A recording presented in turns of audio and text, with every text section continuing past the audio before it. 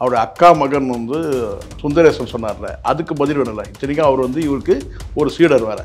அப்போ அவருக்கும் வந்து தெரியலன்னு சொல்ல முடியுமா? இப்போது அவர் வந்து என்ன சொல்கிறார் கேட்டால், அவர் வந்து இன்னும் சொல்லணும், சனாதன தர்மத்துக்காக வந்து அவர் உயிர் தியாகம் பண்ணிட்டாருன்னு சொல்கிறார், உயிரோடு இருக்கிறவரை ஒன்று. அப்போ நீங்கள் வந்து இதை வந்து இவர் வந்து ஒரு வீடியோ வெளியிட்டிருக்கிறார் இல்லையா, வீடியோ வெளியிட்டிருக்கிறாரு. அந்த வீடியோவை கூட காட்சிகள் வந்து கொஞ்சம் வித்தியாசமாக தான் இருந்து நம்ம அது உள்ளே போயிட்டு ரொம்ப நம்ம வந்து ஆய்வு செஞ்சு அதுவும் ஃபேக்குன்ற முடிவுக்கு நம்ம வர வேண்டாம். அமெரிக்கா மாதிரியான ஒரு நாட்டில் போய் ஒரு தீவை வந்து நீங்கள் விலைக்கு பேசுகிறீங்கன்னு சொன்னால், இல்லை வந்து ஒரு குத்தகைக்கு நீங்கள் வாங்குறீங்க, ஒரு நாடை உருவாக்குற அளவுக்கு உங்ககிட்ட இருக்குன்னா அப்போ எவ்வளோ வந்து செல்வம் இருக்குது, எவ்வளோ செல்வாக்கு இருக்கும். இருக்கிற சாமியார்களையே அவன் கேட்டால் முதல் முறையாக அவன் கேட்டால் வந்து ஒரு தீவையே விலைக்கு வாங்கின சாமியார் யாருன்னு கேட்டால் இவர் தான். இப்போ அவர் வந்து இருக்கிறன்னு அவர் வந்து சொல்லியிருக்கிறாரு. இப்போ இந்த வீடியோ உண்மையா இன்னையா இதெல்லாம் வேறு வரணும் இல்லையா? நம்மக்கிட்ட தான் இருக்குல்ல, ஏஐ தொழில்நுட்பம்னு ஒன்று இருக்குது. இது இந்த வீடியோ வந்து உண்மைதானா, அவர் வந்தவர் உண்மையாக அவர் தானா, நித்யானந்தா தான் வந்தாரா, இப்படிலாம் நம்ம ஆராய்ச்சி பண்ணுறவங்களா இருப்பாங்களே. ஆனால் நமக்கு என்னன்னு கேட்டிங்கன்னா, ஒரு முறை வந்து ரஞ்சிதா வந்து சொல்லிட்டாங்கன்னு வச்சுங்களேன், நமக்கு கொஞ்சம் ஆறுதலாக இருக்கும். தம்பி மதன் கௌரி வந்து ஒரு வருஷத்துக்கு முன்னாடி அவரே சொன்னார், கைலாயான்றதே வந்து கைலாச நாடுன்றதே வந்து ஒரு கற்பனை நாடு, அது எங்கே இருக்குன்னே வந்து தெரியல, உலக வரைபடத்தில் நம்ம ஃபுல்லாக தேடி பார்த்துட்டோம், எங்கேயுமே கிடைக்கல, அப்படி பல அந்த கிட்டத்தட்ட ஒரு காணொலி ஃபுல்லாகவே கேட்டால் அப்படி ஒரு நாடே இல்லைன்ற மாதிரி தான் அவர் வந்து சொன்னார். கற்பனைனே சொன்னார், கற்பனை நாடாது. அப்போது நித்யானந்தா உயிரோடு இருக்கிறாரா இல்லையான்றதையும் அவர் வந்து அதை சொல்ல முடியல, அவருடைய அக்கா மகன் சொன்ன ஸ்டேட்மெண்ட்டுக்கும் பதில் சொல்ல முடியல. ஆனால் ஏற்கனவே ஒரு வருஷத்துக்கு முன்னாடி நான் கேட்டால் இப்படி ஒரு நாடே கிடையாது, கற்பனை நாடு சொன்னவர் கேட்டால் இன்றைக்கி வந்து நேற்று வந்து இப்போ அவசரமாக வந்து ஒரு வீடியோ போட்டு நாம் ஒரு வழியாக தேடி கண்டுபிடிச்சிட்டோம், கைலாயான ஒரு நாடு இருக்குதுன்னு சொல்கிறார். மதன் கௌரி சொன்னால் நம்பணும்.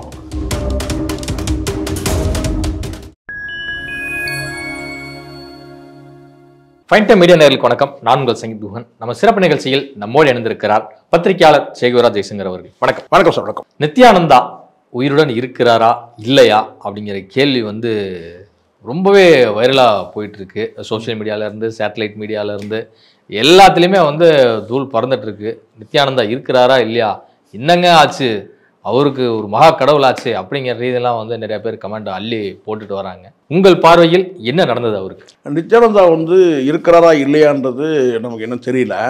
ஒருவேளை அவர் இருந்தார்னு வச்சுக்கோங்களேன், இருக்கிறாருன்னு வச்சுக்கோங்க, கண்டிப்பாக இந்த மீடியாவில் வர்றதெல்லாம் பார்த்துட்டு என்ன சொல்லுவார்னா, ஏன்டா என் உயிரை வாங்குறீங்க, உங்கள் தொல்லையெல்லாம் வேணான்டாண்டா நான் எங்கேயோ ஒரு கண்ணுக்கு மறைவாக வந்து கைலாசன்னு ஒரு தீவை வாங்கிட்டு வந்து இருக்கிறேன், ஏன்டா என் உயிரை வாங்குறீங்க, பாஸ்போர்ட்டு விசா எல்லாமே எல்லாம் இல்லை, நான் தான் தனி நாடுன்னு வந்துட்டேன்டா, எனக்குன்னு ஒரு நாடு, என் மக்கள், என் நாடுன்னு வந்துட்டேன்ல, ஏன்டா என் உயிர், நான் உயிரோட இருந்தால் அவங்களுக்கு என்ன, செத்தா அவங்களுக்கு என்னடா அப்படின்னு தான் நினைப்பார். ஏன்னா உயிரோடு இருக்கிறாரா இல்லையான்ற ஒரு கேள்வி வந்து இங்கே இருக்குது. காரணம் கேட்டிங்கன்னா, கடந்த ஒரு 3 வருஷமாக அவன் கேட்டால் அவர் வந்து எந்த லைவ் ப்ரோக்ராமுக்கு வரவே இல்லை அவர். ஸோ லைவ் ப்ரோக்ராம் வராமல் பெரும்பாலும் அவன் கேட்டால் க்ரீன் மேட் வச்சு தான் அவர் பேசிகிட்டு இருக்கிறாருன்னு ஒரு தகவல் இருக்குது. இப்போ அதை வந்து பரவலாக வந்து மீடியாக்களில் பேசப்பட்ட போது கேட்டால், திடீர்னு வந்து என்ன சொல்கிறாரு, 2 நாளைக்கு முன்னாடி தான் வந்து உயிர் தியாகம் செஞ்சார் அப்படின்னு சொல்கிறது யாருக்குன்னா சுந்தரேசன்றவர் கேட்டால் அக்காவுடைய மகன். முதல்ல நித்யானந்தா யாருன்றதை ஷார்ட்டாக தெரிஞ்சுக்கணும், இப்போ இருக்கிறவங்களுக்கும் தெரியும்னு நினைக்கிறேன். நித்யானந்தா வந்து 78 பிறந்தவர், திருக்கோவிலூரில் பிறந்தவர். திருவண்ணாமலையில் வந்து ஒரு ஆசிரமம் வந்து பிடதின்னு ஒரு ஆசிரமம் வச்சு நடத்திட்டு இருக்கிறாரு. அந்த ஆசிரமத்தில் தான் வந்து பல அவருடைய லீலைகள்லாம் இருக்குதுன்னு சொல்கிறாங்க, நம்ம பார்க்கல. அதோட தொடர்ச்சியாக தான் வந்து பார்த்திங்கன்னா வந்து ரஞ்சிதாவும் அவரும் வந்து ரஞ்சிதா வந்து இவர் மேலே வந்து சாஞ்சி ஏதோ பாலோ ஏதோ ஒன்று கொடுக்குற மாதிரி ஒரு காட்சி, அதுதான் வந்து வைரலானது உங்களுக்கு தெரியும். அதன் மூலமாக பெரிய சர்ச்சையாகி அவருடைய எல்லா ஆசிரமங்களும் தாக்கப்பட்டது. நாடு முழுவதும் கிட்டத்தட்ட 33 நாடுகளில் கிட்டத்தட்ட 1200 கிளைகள் இருக்கிறதா தகவல் இருக்குது. கிட்டத்தட்ட 10 லட்சம் பேர் டிவோட்டிஸ் அவருக்கு இருக்கிறாங்க, ஆண் பெண் எல்லாம் சேர்ந்து. பெரும்பாலும் வந்து பார்த்தீங்கன்னா பெண்களில் வந்து கேட்டால் அவர் வந்து எல்லாமே வந்து என்ன இருக்குன்னா, பெரும்பாலும் இளம் பெண்கள் தான் அவர் சுற்றி அவர் வந்து அவர் காட்சியளிப்பார். இப்படி பல அவர் மேலே குற்றச்சாட்டுகளில் அவருடைய தகவல்கள் இருக்குது. இப்போ வந்து கேட்டால் வலிமையான குற்றச்சாட்டு வந்து கேட்டால் அவர் வந்து கற்பழிப்பு குற்றச்சாட்டுலாம் அவர் மேலே வைக்கப்பட்டது. அதோட தொடர்ச்சியாக தான் அவர் இங்கேருந்து எஸ்கேப் ஆகி எங்கே போனார்னே தெரியாமல் இருந்து அதுக்கப்புறம் திடீர்னு வந்து பார்த்தீங்கன்னா நான் கைலாய நாட்டில் இருக்கிறேன்ற மாதிரி கைலாசான ஒரு நாடு வாங்கிக்கிட்டு அங்கே வந்து நான் இருக்கிறேன். அந்த கைலாச நாடு எங்கே இருக்குன்னா முதல்ல எங்கே இருக்குன்னு சொன்னாங்கன்னா சவுத் அமெரிக்காவில் வந்து ஈக்குவடார்ன்ற ஒரு ஒரு ஒரு இடத்துல ஒரு அதுக்கு அருகாமையில் ஒரு தீவில் ஒரு குட்டி தீவு வாங்கிட்டு இருக்கிறாரு அப்படின்னு சொன்னாங்க. அதுதான் கைலாசம். இப்போ என்ன சொன்ன கேட்டினா அதே வந்து பார்த்திங்கன்னா வந்து இங்கே பல நாடுகள் இருக்குல்ல, லத்தீன் அமெரிக்க நாடுகள் இருக்குல்ல, அந்த நாடுகளில் பொலிவியாவுக்கு பக்கத்தில் இருக்கிற ஒரு தீவு அப்படி சொல்கிறாங்க. அது முழுக்க முழுக்க ஆதிவாசிகள் இருக்கக்கூடிய ஒரு தீவு. அந்த ஆதிவாசிகள் தீவு வந்து கேட்டால் அவங்களுக்காக வந்து அமெரிக்க அரசு வந்து விட்டது. அவங்கக்கிட்ட வந்து விலைக்கே வாங்க முடியாது. ஆனால் அவங்கக்கிட்ட ஒரு தொகையை கொடுத்து விலைக்கு வாங்க முடியாது. இப்போ இங்கே கூட இருக்குன்னு கேட்டால் வந்து ஆதி திராவிடர்களுக்கு ஒதுக்கப்பட்ட அந்த இடத்த வந்து கேட்டால் விலைக்கெல்லாம் வாங்க முடியாது யாருமே. அவங்க ஒதுக்கீடு அடிப்படையில் வழங்குது. ஸோ அவங்களுக்கு வந்து அது கொடுக்கும்போது அதை வந்து கேட்டால் யாரும் விலைக்கு வாங்கினாலும் செல்லாது. அப்படி ஆனால் அங்கே வந்து கேட்டால் ஏதோ ஒரு அக்ரிமெண்ட் போட்டிருக்கிறாரு, வாடகைக்கு இருக்கலாம், வாடகைக்கு இருந்துக்கலாம், அது மாதிரி வாடகைக்கு வந்து இவர் இருக்கிறாருன்ற மாதிரி சொல்கிறேன். வாடகைக்கு வாங்கப்பட்டது இப்போ லீஸ்லாம் சொல்கிறாங்க இல்லையா, ஒப்பந்த அடிப்படையில் அந்த மாதிரி ஏதாவது வாங்கினதாகவும் சொல்கிறாங்க. எதுவும் ஆமாம், எல்லாமே வந்து என்ன சொன்னால் ஒரு வதந்தி மாதிரி தான் இருக்கிறத தவிர எதுவும் அதிகாரப்பூர்வமான செய்தியாக இல்லை. ஒரு கட்டத்தில் இங்கே இருக்கிற வழக்குகள் தான் அவர் ஓடினார். ஒரு நீதிமன்றத்தில் ஒரு வழக்கு நடந்துகிட்டு இருக்குது, பல வழக்குகள் நடந்துகிட்டு இருக்குது. அதில் ஒரு குறிப்பிட்ட வழக்கு கேட்டால் அவர் வந்து கற்பழிப்பு வழக்கில் அவர் ஆண் இல்லைன்னு சொல்லிட்டு ஒரு டிக்ளரேஷன் வந்துச்சு, ஒரு மெடிக்கல் டிக்ளரேஷன் வந்து அவர் ஆண் கிடையாது. அப்போ ஆண் இல்லைன்னா எப்படி ஒரு கற்பழிப்பு குற்றச்சாட்டு வரும்? அப்படி தான் இருக்குது. ஒருவேளை இப்போ வந்து கேட்டால் இவர் வந்து நம்ம அந்த காட்சி கூட பார்த்தீங்கன்னா வீடியோ காட்சியில் இவர் படுத்துட்டு இருப்பார், ரஞ்சிதா தான் மேலே வந்து சாயிற மாதிரி இருக்கும். அப்போ யாரை கற்பழிச்சாங்கன்றதே ஒரு கேள்வி மாதிரி ஆயிடுச்சு இப்போ இங்கே. ஏன்னா அவர் வந்து இல்லை நான் பேசுறது நான் தப்பா எதுவும் பேசல சார். அவர் வந்து கற்பழிப்பு நீங்களே சொல்லுங்க, ஆண் இல்லாத ஒரு நபர் வந்து நீங்க கேட்குற ஆண் இல்லாத ஒரு நபர் வந்து எப்படி கற்பழிப்பு, நான் ரொம்ப சீரியஸாக பேசுறேன். ஆண் இல்லைன்னு டிக்ளேர் ஆகிருக்கும்போது ஆண் இல்லாத ஒரு நபர் மேலே வந்து எப்படி கற்பழிப்பு குற்றச்சாட்டு வைக்கும்? பாலியல் குற்றச்சாட்டு வைக்கலாம், அது வேற. ஆனால் கற்பழிப்பு குற்றச்சாட்டு வைக்க முடியாது இல்லை. அதுக்காக காட்சியை வந்து கேட்டால் சன் டிவியில் காட்டின காட்சியை தான் நான் பேசுகிறேன். அங்கே வந்து பார்த்தீங்கன்னா வந்து அவர் பாட்டுன்னு வந்து சிவனேன்னு பட்டிருந்தா கூட நம்ம சொல்லக்கூடாது. ஏன்னா அந்த சிவன் நம்ம இப்போ இந்த ஆட்டி படைகள் திருவிளையாடல ஒரு வசனம் வரும், இது அவர் பாட்டுன்னு படுத்துட்டு தான் இருப்பார். ஆனால் இவங்க தான் கேட்டால் அவருக்கு வந்து மாத்திரையை போட்டு பாலை போட்டு ஏதோ கொடுத்து அவர் வந்து படுத்துட்டு இருப்பார். அது மாதிரி இப்போ என்னன்னு கேட்டால் அந்த ரஞ்சிதா வந்து என்ன பண்ணாங்கன்னு ஒரு கேள்வி ஆயிடுச்சு. இப்போ அன்றைக்கியும் வந்து அவருக்கு வந்து படுக்க வச்சு அவர் வந்து பார்த்தீங்கன்னா வந்து ஒரு கிளாஸில் கொண்டு போய் பால் கொடுக்குற மாதிரி காட்டு.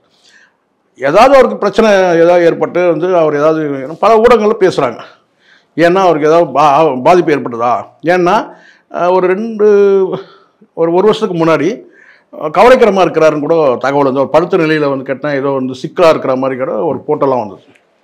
நமக்கு அந்த எண்ணம் இல்லை, அவர் நல்லா இருக்கட்டும், டிவோட்டிஸோட நம்ம ஒரு படி மேலேயோ நம்ம வந்து அவரை வந்து கேட்டால் நமக்கு நிறைய ஒரு வந்து ஒரு உங்களுக்கு தெரியும்ல சாம்பார் ஆப்பு இதெல்லாம் அந்த மீடியாக்களில் வந்து கேட்டால் பெரும்பாலும் வந்து கேட்டால் ஒரு உற்சாகம் தரக்கூடிய நபராக தான் வந்து நமக்கு வந்து நித்யானந்தா இருப்பார். அதனால் அவர் இருக்கிறது ஆமாம், அவர் இல்லைன்னா நமக்கு என்ன சார், நமக்கு சீரியஸாக நான் இப்போ அவர் இருந்தான்னா நமக்கு இல்லைன்னா என்ன, இருந்தால் நல்லது அப்படிதான் நம்ம சொல்கிறோம். கமல் கிட்ட கேட்கும்போது கடவுள் வந்து இருக்கிறாரா இல்லைன்னு சொல்லி கேட்கும்போது அவர் சொன்னார் இருந்தால் நல்லதுன்னுவார். அதே மாதிரி நித்யானந்தா வந்து இருக்கிறாரா இல்லையா நீங்கள் கேட்கணும்னு கேட்டால் இருந்தால் நல்லதுன்னு சொல்லுவேன். ஏன் நல்லதுன்னு சொல்கிறேன்னா நமக்கு வந்து எந்த தொந்தரவும் இல்லை அவரால். அதே சமயத்தில் நமக்கு வந்து மீடியாக்களில் வந்து கேட்டால் ஒரு என்டர்டெய்னராக இருந்தாரா இல்லையா நீங்களே சொல்லுங்கள். பல மீம்ஸ் கிரியேட்டருக்கு வந்து பார்த்தீங்கன்னா வந்து அவர் வந்து உற்சாகமாக ஊக்கப்படுத்துகிற மாதிரி இருந்தார். அதெல்லாம் அவர் இருக்கிறது நமக்கு ஒன்றும் பிரச்சனை இல்லை. ஆனால் என்னன்னா ஒரு கேள்வி இதான் முக்கியமானது. ஒரு மனிதர் இருந்தார், அவர் இப்போ வந்து இருக்கிறாரா இல்லையா? ஏன்னா நீண்ட காலம் காட்சி அளிக்கவே இல்லை. ஏற்கனவே பழைய வீடியோவை எடுத்து போட்டு கிரீன் மேட்டில் எடுத்து வச்சு ஓட்டிட்டு இருக்கிறான். ஏஐயில் ஓட்டிட்டு இருக்கான். ஏஐ குற்றச்சாட்டு ஏஐன்னு கூட நான் சொல்ல மாட்டேன். ஏன்னா ஏஐ மாதிரி கூட நம்ம சொல்ல முடியல. எல்லாமே பழைய வீடியோக்கள் இருக்குன்னா வந்து கிரீன் மேட்டை எடுத்து வச்சுட்டு நேற்று நடந்த மாதிரியும் முன்னாள் நாள் நடந்த மாதிரியும் அப்படியே ஓட்டிட்டு இருக்காங்க. நித்யானந்தா உயிருடன் இருக்கிறாரா இல்லையா அப்படிங்கிற அந்த கேள்வி வந்து எழுந்தது. அது குறித்தும் நீங்கள் சொல்லியிருக்கீங்க. ஆனால் அதே சமயம் இப்போ அவர் லைவ்லேயே வந்து நான் உயிருடன் தான்ப்பா இருக்கிறேன், நான் செத்து போயிட்டேன்னு சொல்லிட்டு 4000 வீடியோ எல்லாம் போட்டிருக்காங்க. மெயின் ஸ்ட்ரீம் மீடியாவிலேருந்து சோசியல் மீடியாவிலேருந்து அத்தனை யூடியூப் சேனல் இது மாதிரி போட்டிருக்காங்க அப்படின்னு வந்து குறிப்பிட்டு பேசுகிறாங்க. அவர் உயிரோடு நம்ம எப்படி புரிஞ்சு இல்லை, அவர் உயிரோடு இருந்தால் நமக்கு வந்து மகிழ்ச்சி. இப்போ நான் என்ன கேட்குறேன்னா சொன்னது வந்து கேட்டால் மீடியாக்கள் மட்டுமே சொல்லலை, அவருடைய அக்கா மகன் வந்து சுந்தரேசன் சொன்னார்ல, அதுக்கு பதில் வேணும்ல. இத்தனைக்கும் அவர் வந்து இவருக்கு ஒரு சீடர் வேற. அப்போ அவருக்கும் வந்து தெரியலன்னு சொல்ல முடியுமா? அப்போது அவர் வந்து என்ன சொல்கிறாரு கேட்டால், அவர் வந்து இன்னும் சொல்லணும், சனாதன தர்மத்துக்காக வந்து அவர் உயிர் தியாகம் பண்ணிட்டாருன்னு சொல்கிறார், உயிரோடு இருக்கிறவரை ஒன்று. அப்போ நீங்கள் வந்து இதை வந்து இவர் வந்து ஒரு வீடியோ வெளியிட்டிருக்கிறார் இல்லையா, வீடியோ வெளியிட்டிருக்கிறாரு. அந்த வீடியோவை கூட காட்சிகள் வந்து கொஞ்சம் வித்தியாசமாக தான் இருந்து, நம்ம அது உள்ளே போயிட்டு ரொம்ப நம்ம வந்து ஆய்வு செஞ்சு அதுவும் ஃபேக்குன்ற முடிவுக்கு நம்ம வர வேண்டாம். இருந்தால் மகிழ்ச்சி, நமக்கு அதில் உள்நோக்கெல்லாம் எதுவும் கிடையாது. ஆனால் இவ்வளோ பேசணும்னு கேட்டிங்கன்னா, ஏண்டா சுந்தரேசா இப்படியெல்லாம் வந்து ஒரு செய்தியை வந்து போட்டுட்ருக்கிறேன், நான் எப்படா சனாதன தர்மத்துக்காக உயிர் தியாகம் பண்ணேன் அப்படின்னு ஏண்டா சுந்தரேசான்னு ஒரு வார்த்தை கேட்டுருக்கணும்ல. கேட்காம கேட்டால் சோஷியல் மீடியாக்களும் மெயின் ஸ்ட்ரீம் மீடியாக்களும் கேட்டால் 4000 வீடியோ போட்டிருக்கிறாங்கன்னு சொல்கிறது கேட்டால் 4000 வீடியோக்கு நீங்கள் பதில் சொல்ல வேண்டாம் சார். உங்கள் சுந்தரேசன் உங்கள் அக்காவுடைய வந்து மகனே வந்து சொல்லியிருக்கிறார்ல, அதுக்கு பதில் சொன்னார்ல. அதெல்லாம் இருந்தால் மகிழ்ச்சி, அவ்வளோதான். நித்யானந்தாவுக்கு எவ்வளோ சொத்துக்கள் தான் இருக்குது? உலகம் முழுக்க நீங்களே சொல்லியிருக்கீங்க 1000க்கும் மேற்பட்ட கிளைகள் வந்து இருக்குது அப்படின்னு சொல்லிட்டு. ஸோ அப்படி பார்க்கும்போது இத்தனை நிர்வாகத்தை எப்படி வந்து கட்டி ஆள்றாரு சார்? 33 அந்த சொத்துக்கள்லாம் இவருக்கு பிறகு யாருக்கு? அதுதான் இப்போ அதுதான் அங்கே ஏதோ தள்ளுமுள்ளு நடக்குதுன்னு நான் நினைக்கிறேன். ஏன்னா 33 நாடுகள்லாம் 1200 கிளைகள், கிட்டத்தட்ட வந்து முதல் 4000 கோடி சொத்துன்னு சொன்னாங்க. அதுக்கு பிறகு இப்போ வந்து என்ன சொல்கிறாங்கன்னு கேட்டால் வந்து குறிப்பிட்ட ஒரு பிரபலமான ஒரு பத்திரிகை வந்து ரொம்ப ஆத்தென்டிகேட்டடாக வந்து ஒரு செய்தி கேட்டால் 10,000 கோடி வரைக்கும் வந்து ஒரு ஃபினான்ஷியல் சம்மந்தப்பட்ட ஒரு மீடியா வந்து பத்திரிகை மேகசின் அவங்க சொன்னாங்கன்னா கிட்டத்தட்ட ஒரு 10,000 கோடிக்கு சொத்து இருக்குதுன்னு சொல்கிறாங்க. ஒருத்தர் 30,000 கோடி சொத்து இருக்குன்றாங்க. பெரும்பாலும் வெளிநாடுகளில் இருக்கிற வந்து ஏஜென்ட்டுகள் வந்து ஒரு பல நாடுகளில் போய் தீவுகளை வந்து விலை பேசக்கூடிய அளவுக்கு வந்து அவருக்கு வந்து இருக்குது. எனக்கு தெரிஞ்சுக்கிட்டோன்னா இந்தியாவிலேயே பெரிய ஒரு கார்ப்பரேட் சாமியார்னா நித்யானந்தா தான் இருப்பார். ஏன்னா யாருமே வந்து கேட்டால் இங்கே இருக்கிற இப்போ நம்ம ஜக்கிலாம் எடுத்துக்கிட்டிங்கன்னா இங்கே இருக்கிற காட்டமேட்டை ஏதோ ஆட்டையை போட்டாருன்னு சொல்லி அப்படி தான் சர்ச்சையை ஓடிக்கிட்டு இருக்குது. அது மாதிரி ஆனால் இவர் வந்து அமெரிக்காவில் போய் வந்து கேட்டோன்னா வந்து அங்கே இருக்கிற வந்து பொலிவியான்ற நாட்டுக்கு அருகில் இருக்கிற வந்து ஒரு வனப்பிரதேசத்தை வந்து கேட்டால் விலை பேசுகிறாருன்னா அது வித்தியாசம் இருக்குல்ல. இப்போது நம்மளே இருக்கிறோம், நாம் எங்கே வந்து ஒரு ஃப்ளாட் எதாவது வாங்குவோம், வந்து இன்டீரியராக எங்கன்னா உள்ளே போனால் கொஞ்சம் விலை கம்மியாக கிடைக்கும். ஒரு 3 சென்ட் ஒரு 3 சென்ட் 5 சென்ட் வாங்கலாங்க ஒரு வீடு கட்டுறதுக்கு. ஒரு 20 வருஷம் கழிச்சு ரிட்டையர் ஆகிட்ட பிறகு போயிட்டு நம்ம போய் அங்கே செட்டில் ஆகும்போது அப்படி தான் இடம் வாங்குவோம்.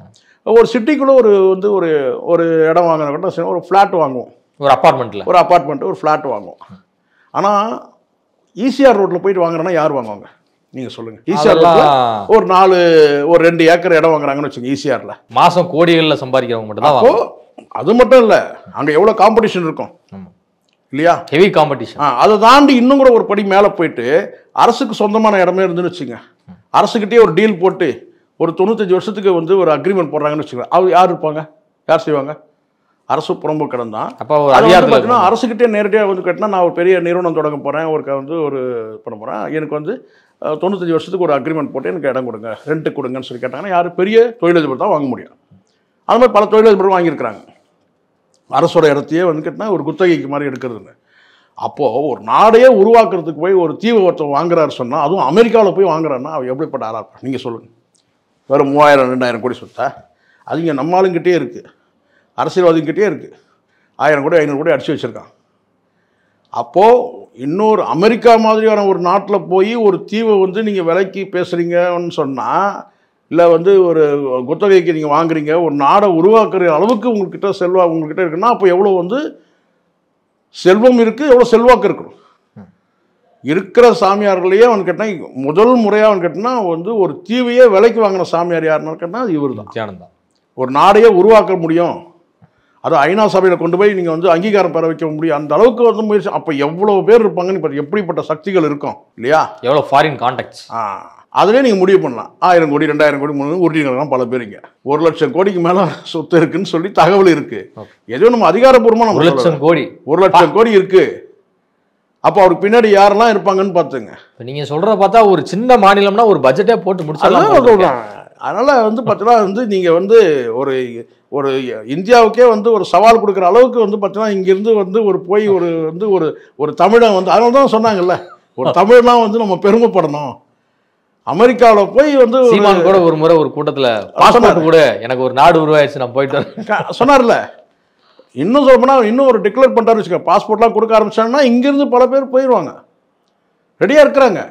அவர்கிட்ட சிக்னல் இருக்காங்களா? ஆமாம், அந்த நேரத்தில் தான் இப்போ இந்த மாதிரி ஒரு பிரச்சனை வந்துடுச்சு. என்ன கேட்டால் அவர் உயிரோடு இருக்கிறாரா இல்லையான்ற அந்த பிரச்சனை வந்துடுச்சு. இப்போ அவர் வந்து இருக்கிறன்னு அவர் வந்து சொல்லியிருக்கிறாரு.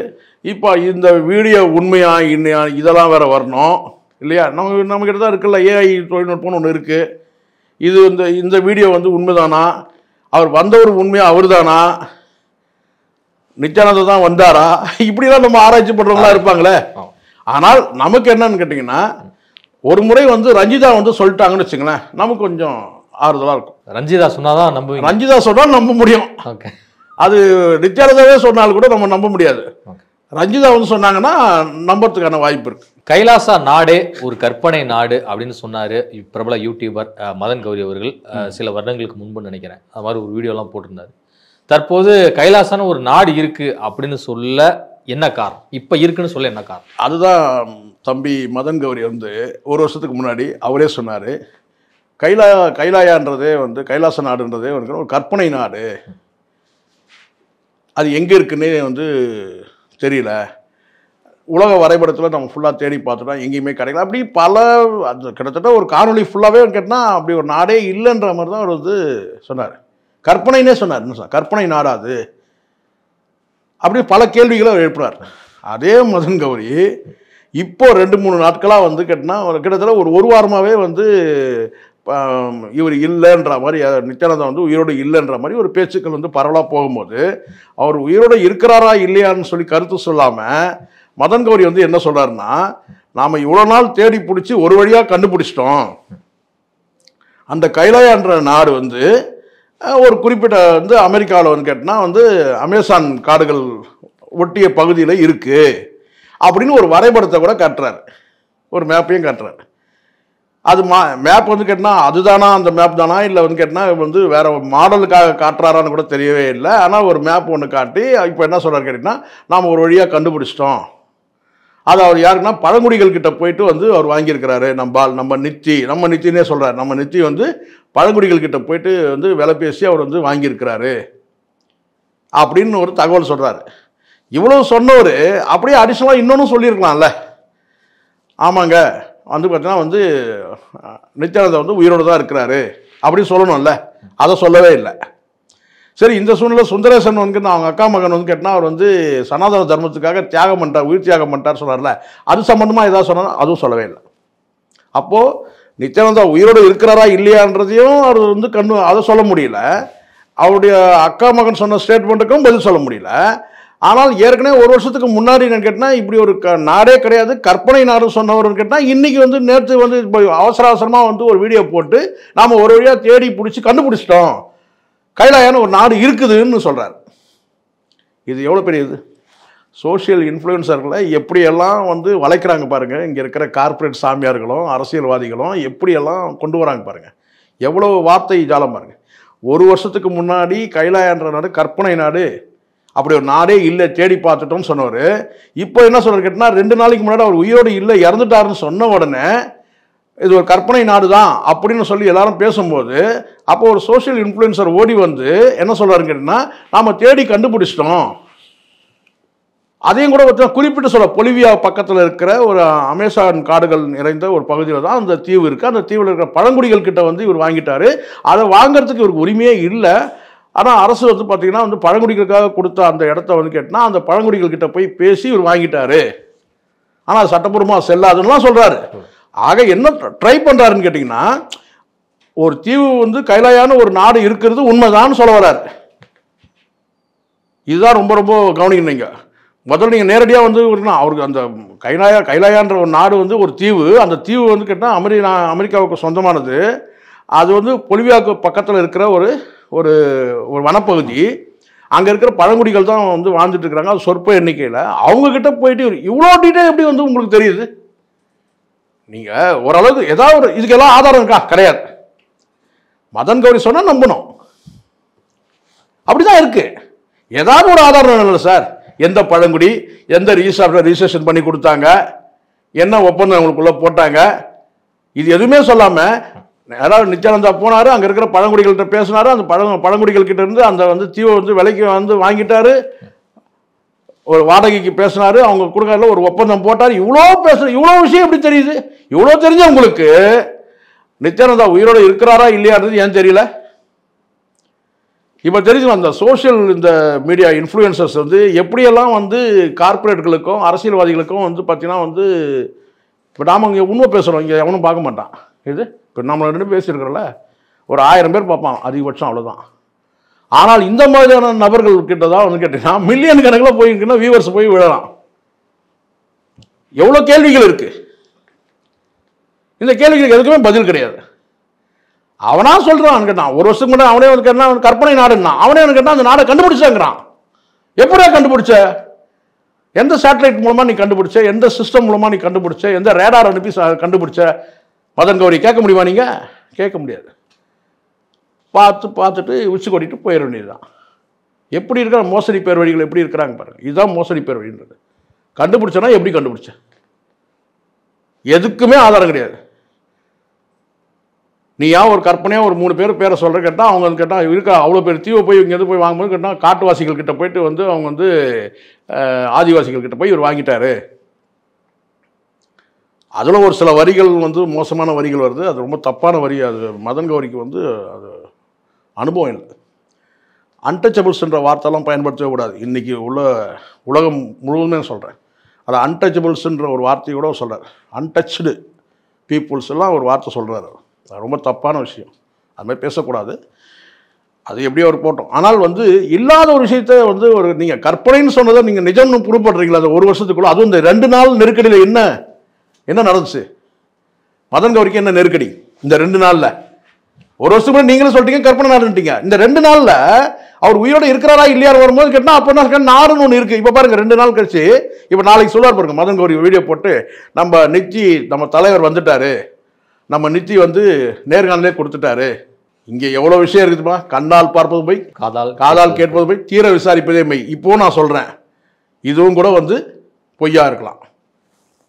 யாமறியும் பராபரமே. இதுவரை உங்கள் பல்வேறு கருத்துக்கள் கொடுப்பது மிக்க நன்றி சார். நன்றி சார்.